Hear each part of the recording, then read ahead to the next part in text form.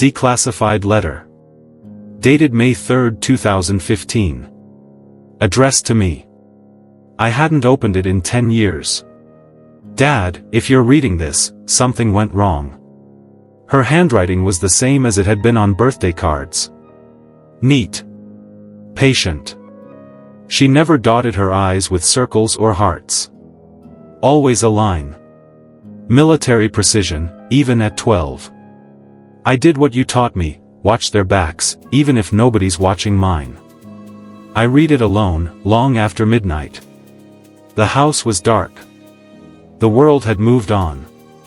But her voice on that page was clear as a signal flare. I traced my thumb over the crease, as if I could soften the edge of time. Specialist Aria Wynn. My daughter. 4th Recon Scout Company. Mountain-born, ridge-trained, call sign Echo Pine. She had been listed MIA since December 2015. No body. No grave. Just the echo of her last transmission, line secure. Bring them home. Then, silence. They said it was a blizzard. Said the ledge collapsed. Said maybe she got swept down the ravine with her gear. We got a folded flag and a training facility placard that read, "Watched from above." Gone like breath.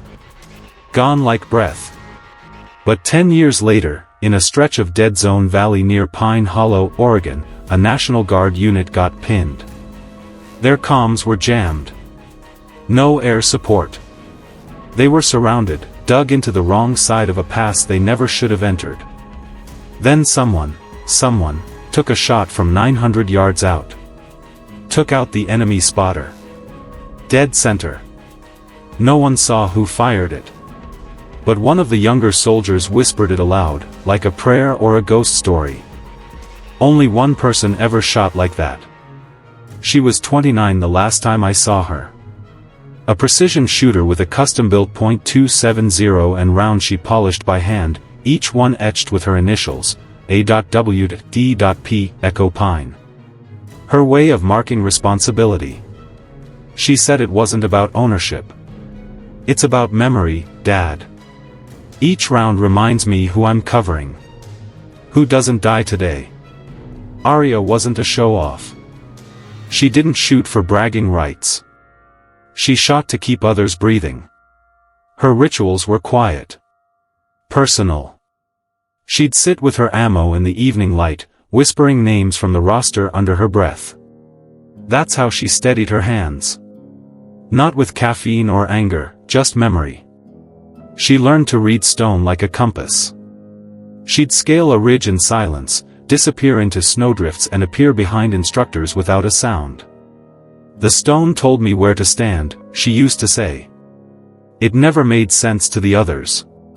It made perfect sense to me. Because sometimes, silence is a language. And Aria spoke it fluently. The last time we spoke, she was calling from the base near Driftwood Pass. She sounded tired. Not weak, just worn at the edges, like her voice had been sharpened by cold wind and long days. Snow's thick, she said. Like silence made solid. You safe? I asked. She paused. Then said, they will be. That was her answer. Every time. They will be. She didn't care much for medals. She never even unwrapped the commendation from Operation Hollow Creek. Just tucked it away with the others. If they're breathing, I did enough, she told me once. I used to wait for her letters more than the calls. She wrote slow. With intent. Her handwriting told me everything, the steadiness of it, the spacing between lines, the pressure on the pen. That's how I knew when she was hurting, even when she wouldn't say it aloud. December 19, 2015. A team of 6 was trapped during recon, wrong time, wrong weather, wrong terrain. Aria was above them. She had elevation, line of sight, but no support.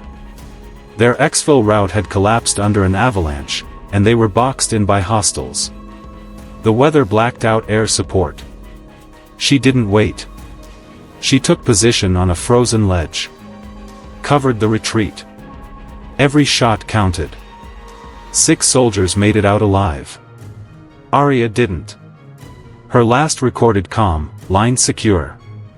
Bring them home. Then static. 3 days later, I stood outside a tent at the edge of the recovery zone, watching the snow come down like ash. They brought me her scope lens, charred around the edge. Said they found it fused to what was left of a rifle mount.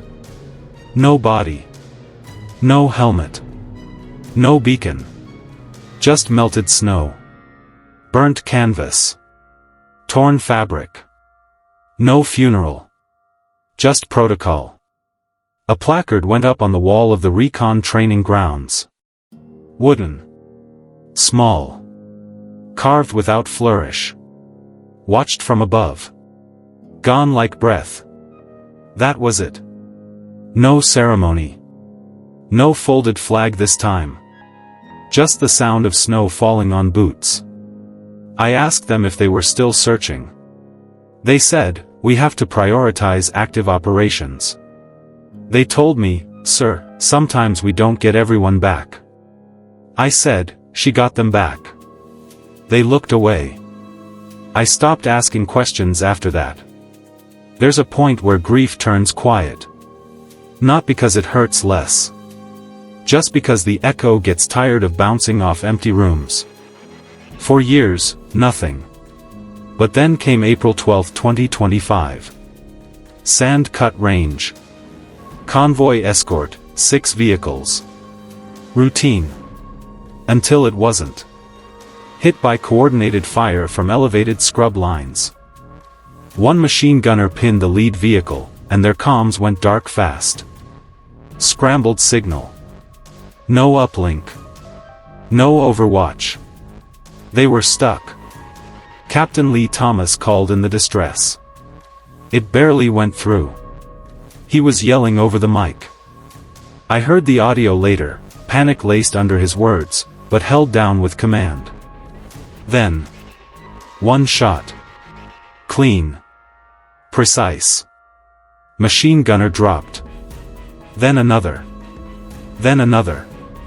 3 more, spaced exactly 3.3 seconds apart. Captain Thomas knew that rhythm. He'd trained with Arya before she disappeared. They used to run drills together in the Blue Ridge sector. Said she could time heartbeats between shots. He told me later, "Sir, I don't know what I saw. But I know what I heard." The ridge was empty. No heat signature. No drone footage. No visible marks. Except for one. A glint of brass. .270 casing. Custom milled. Etched, A.W to D.P. Same initials. Same engraving. Same discipline. Like she'd never left. Just slipped into the terrain. Became part of the stone again. The command didn't issue a report.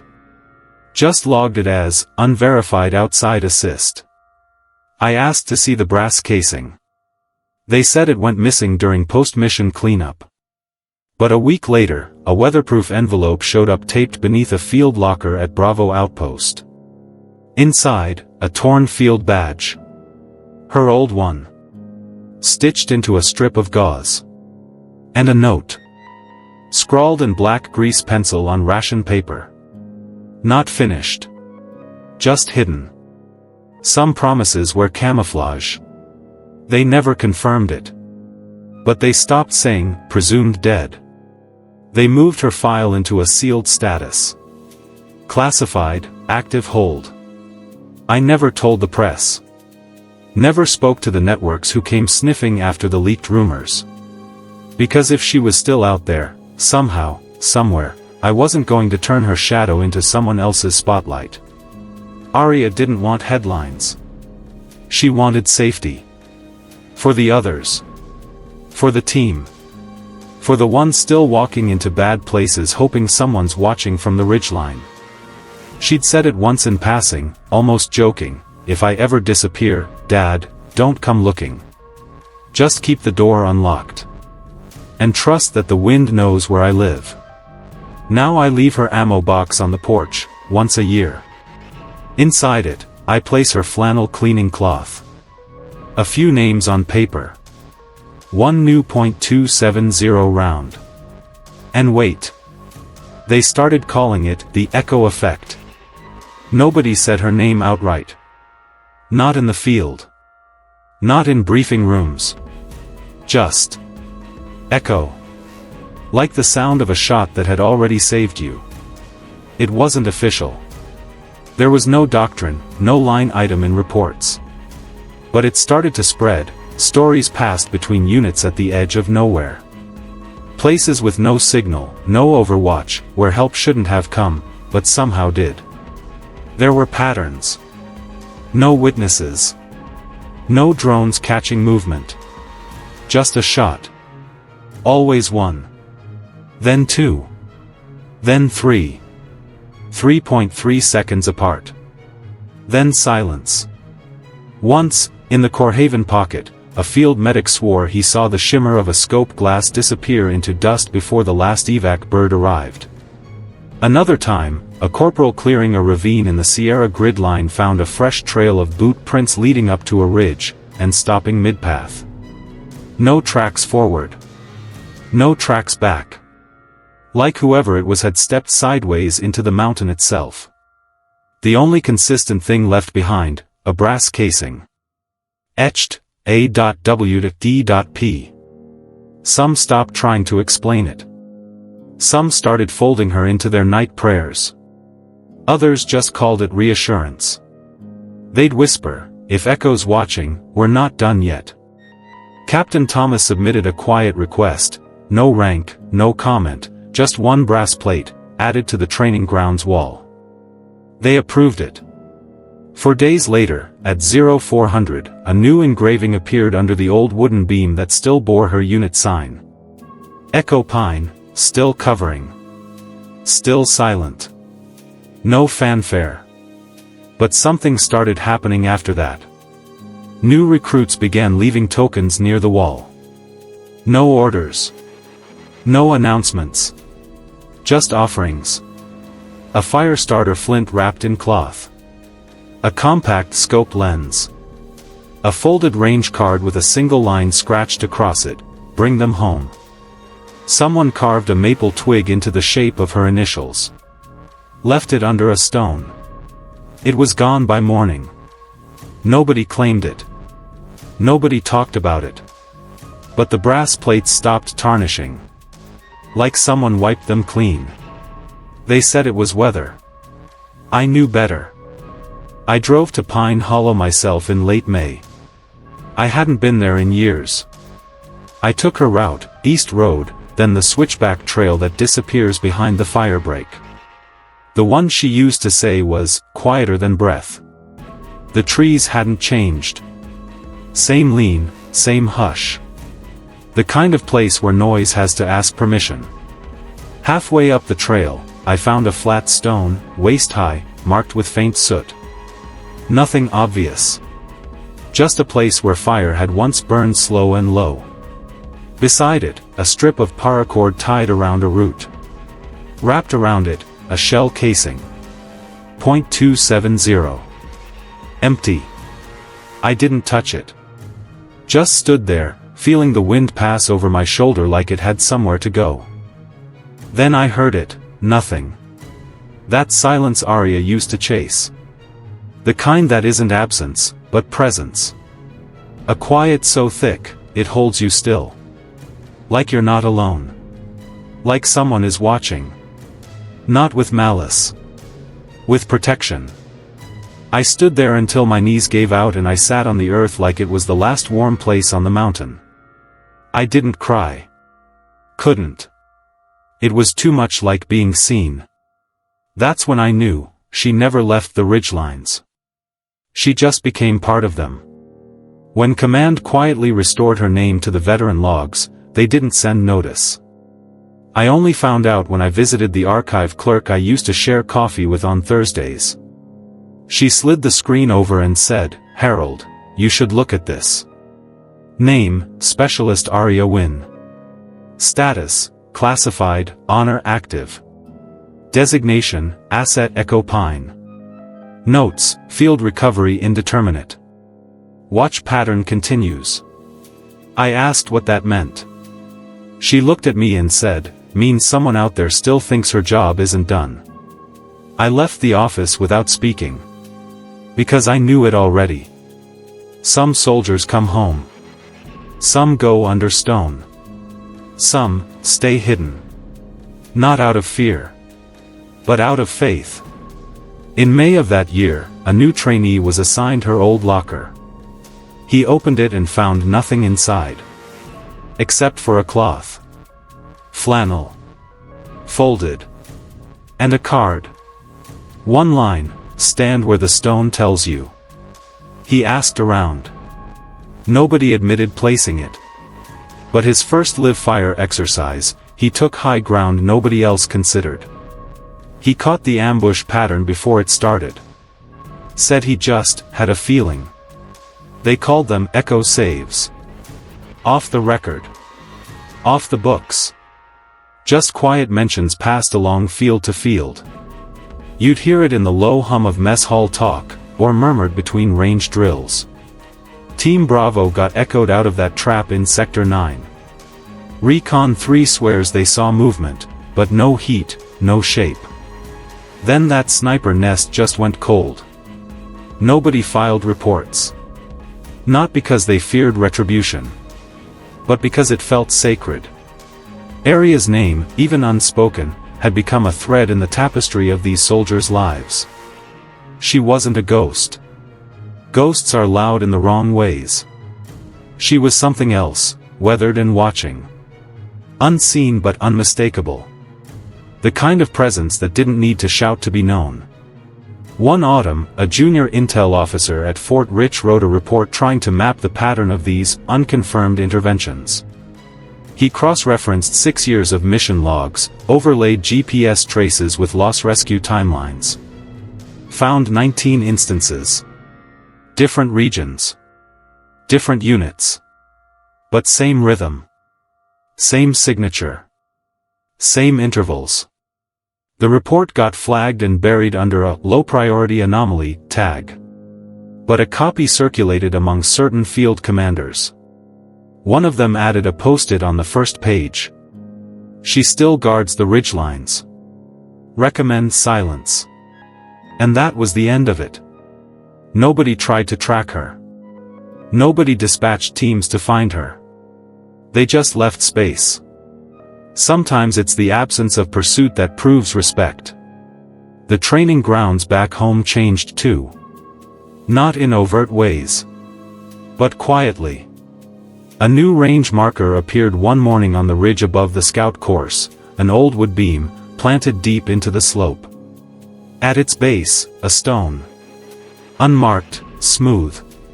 And beside it, a glass scope lens, weathered but clean. No ceremony.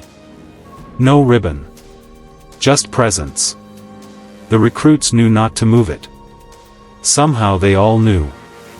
One of the instructors, Sergeant Ray Ortiz, began ending every field debrief the same way. Watch the wind. Watch the stone. And if you hear silence too thick to be empty, stand still. They didn't teach it from manuals. But everyone learned it. Aria's old friend, Thomas, kept a small map in his locker. Hand-drawn. It showed only elevation lines and 3 red dots. No notes.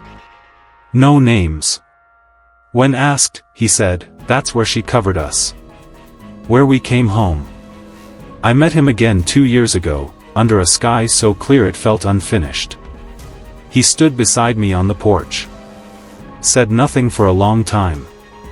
Then, we don't talk about her like she's lost anymore. We talk like she's stationed. I said, she never signed out. He nodded once. That's the thing. Some of us left the mountain. She didn't. There's a story that still circles around the mountain posts. Might be legend, might not. Doesn't really matter. A unit caught in a winter jam near Eagle Cradle. Snow too thick for transport. They had injured. Frostbite setting in. They lit a signal fire. Then waited. Around 0300, the comms picked up a burst, just coordinates. No call sign. No voice. They rerouted their evac bird. Landed safe. Later, when the pilot was reviewing his NAV data, he saw a narrow pass on the map, one not listed on his charts. A sharp ridge, sheer on both sides. There was only a small rise that might have served as a sniper perch. The pilot zoomed in. Thought he saw a figure. Standing. Watching. Wind pulled across the ridge like fingers over glass. When he blinked, it was gone. He didn't tell command. He just logged the evac as assisted by field intel. But when he returned, he left something behind on the brass plate at the training wall. An old flight patch. Torn. Folded. Pinned beside it, a single .270 round. Etched, A.W to D.P. They say someone polished it the next morning. I went back to her room this spring. Not because I needed anything from it, but because I finally could. The walls still held the smell of pine oil and gunmetal. She'd kept things clean, orderly, but not sterile. There were still bits of her left, small notches in the edge of the desk where she sharpened her field knives, faint pencil marks along the doorframe from when she measured out equipment dimensions. Everything had its place. I sat on the edge of her bed. Didn't move. There was a silence there that didn't feel like absence. It felt like attention. Like the room was listening. On her shelf, tucked behind a field manual, was a sealed envelope. I hadn't seen it before. Just my name, scrawled in marker. Harold. Inside was a single line on ration paper. If I vanish, it's not the end. Some lines we hold forever. No signature. Didn't need one. I stared at it for hours. Not because it gave me new information, but because it didn't. She knew. She always knew she might not come back through the front gate. She just didn't expect to disappear without purpose. But she hadn't disappeared. She'd transformed. Sometimes, purpose doesn't end with a tour. Sometimes, it burrows in and stays, like a vow that never expires. I used to ask myself whether it was fair, whether she deserved more than this fate of being shadow and myth, a name spoken only in reverent half-sentences. But the truth is, Arya wouldn't have wanted more. She wouldn't have traded one life saved for 10 medals. She wouldn't have wanted a ceremony if it meant breaking her silence. What she wanted, what she still wants, is that the next soldier makes it home. A month ago, I got a call. Unlisted number. Static line. Voice on the other end said, "Mr. Wynne, this is Staff Sergeant Cole from 4th Recon. Something's changed." I asked him what he meant. He said, "There's a resolution going up next week. Internal only. But it matters." A pause. "She's being named in the watch registry. Operational Guardian Tier." That stopped me. Not because it was recognition, but because of what it meant. That someone, somewhere, in some dark windowless room, had finally written it down. She didn't just vanish. She continued. The resolution passed quietly. There were no headlines. No ceremony. But I got a copy. It was brief. Designation, Echo Pine. Name, Specialist Arya Wynne. Function, Protective Observer/Guardian unknown. Status, not concluded. And then. Note, shot still echoes. I read it a dozen times. Then folded it up, walked out into the woods behind the house, and buried it beneath her old training stump, the one she used for field elevation tests when she was still just a teenager with a borrowed scope. I lit a fire near it. Small. Clean. Then I waited. Wind came through the trees soft and slow, curling smoke sideways. And in that moment, I felt it again, that sense that I wasn't alone. Not grief. Not memory. Presence. Like she was there, not as shadow, but as something older. Something earned. Not long after, I visited the training grounds again. The wall with the brass plates had grown longer. But the one marked Echo Pine hadn't changed. Still centered. Still untouched by rust. Still clean. Someone had left a strip of gauze there. Folded 3 times. No tag. No explanation. I added something beside it. A flat stone, carved with a chisel she once gave me for Father's Day. On it, I etched a line she used to say in winter drills. Stand still. The wind's not your enemy. No one moved it. A week later, it was gone. Replaced by a small compass. No needle. Just a single engraving on its back. Still watching. Pine Hollow again. Late September. The light thinned earlier, casting long shadows across the valley like tired arms. A joint exercise unit out of Spokane was making its final descent through the valley corridor when the comms dropped. No warning. Just blackout. The training scenario was supposed to end 3 clicks east, but something shifted. Real weapons emerged from a blind spot. Fire came from the west ridge. 3 soldiers down. 2 more pinned.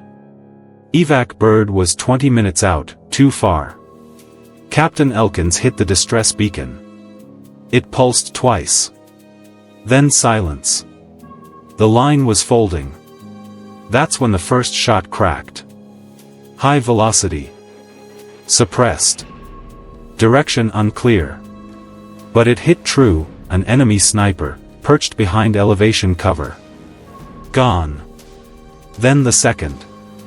Then the third. 3.3 seconds apart. In the stillness that followed, a smoke signal rose, unnatural. Darker than prescribed in regulation kits. Recon color. One of the surviving soldiers said later, that smoke wasn't ours. But it gave us the line. They moved. Fast. Slipped through a side cut that hadn't been mapped since 2010. Found a drop ledge, a fallen log position just right, like someone had scouted it hours before. They got out. When they returned to base, command asked where the outside assist came from. The answer was the same from all of them. We didn't see anyone. But we know who it was. One of the field medics had collected a casing, tucked in his vest, silent. Said nothing. Just walked to the training wall the next morning and placed it there. Under the plate, Echo Pine. No one moved it. That week, the base commander ordered a full review of all MIA tags in the Northern Theater. Said it was housekeeping. But everyone knew. One name had already been marked active. Not found. Not recovered. Just, not concluded. By midweek, they built a new extension at the rear of the training lot. Wooden bench. Facing north. It had no plaque. Just a ridge view. But every morning, a recruit could be seen sitting there. Sometimes silent. Sometimes with a notebook. Sometimes just breathing. It became a place of stillness. A reminder. Not of loss.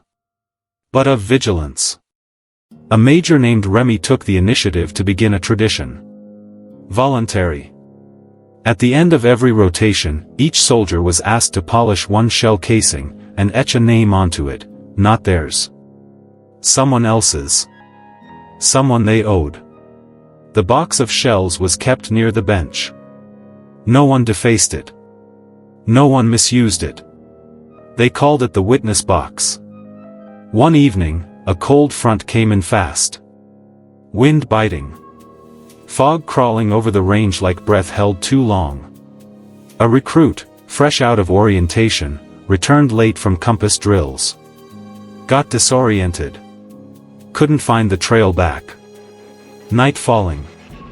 Cold coming fast. She heard footsteps, but saw no one. The air was too thick. Then she heard the whisper of snow shift, like a figure kneeling just out of reach. When the squad found her, she was curled beside a stone outcrop. Hypothermic but alive. Wrapped in a flannel cloth. The kind used to clean rifles. She held something in her palm. A casing. Etched, A.W.D.P. The squad lead asked where she got it. She only said, "Someone handed it to me." They didn't question it. They didn't log it. They just added her name to the witness ledger kept behind the wall. In spring, I returned to the range. No one recognized me at first. Just another old vet with questions. But when I walked the perimeter, a young soldier approached me. She didn't ask my name. She just said, "You're the father." I nodded. She reached into her pocket. Pulled out a compass. Same one I'd seen before. Handed it to me wordlessly. On its back, still watching. Then she said something I hadn't heard in years. Something my daughter used to whisper when she was still learning elevation math with her tongue poking through her teeth. She said, "The stone told me where to stand." I didn't speak. Just let the silence settle. Then I turned and walked back down the trail, wind behind me, carrying something heavier than sorrow, but lighter than grief. Aria's truth wasn't that she was gone. It was that she never needed to be seen to be felt. She became a function. A promise. A shape in the stone that didn't fade with time. Not legend. Not martyr. Not mystery. Just the quiet kind of love that stays behind. And watches. Some soldiers go home. Others go under stone. And a few stay hidden in the ridgelines, waiting. Aria didn't ask for a statue. Didn't want her name lit up. She left no grand words, no motto. Only a handful of casings, a gauze-wrapped badge, and a silence that tells you where to stand. I keep her letter sealed again now. Back in the drawer. Not because I need to forget, but because I remember well enough without reading. "Leave no sound but the truth," she wrote. Some truths don't need to be shouted. They just need to echo. One last shot. Fired not out of rage, or duty, or vengeance, but love. The kind of love that kneels in snow. That polishes brass by firelight. That vanishes behind trees and waits not for thanks, but for the next call. Sometimes I hear the wind stir along the window at night. Slow. Purposeful. Like footsteps passing through. I don't rise. I just whisper her name, and let it pass. Because some lives never end. They become air. They become stone. They become one last perfect round, fired from far, far away.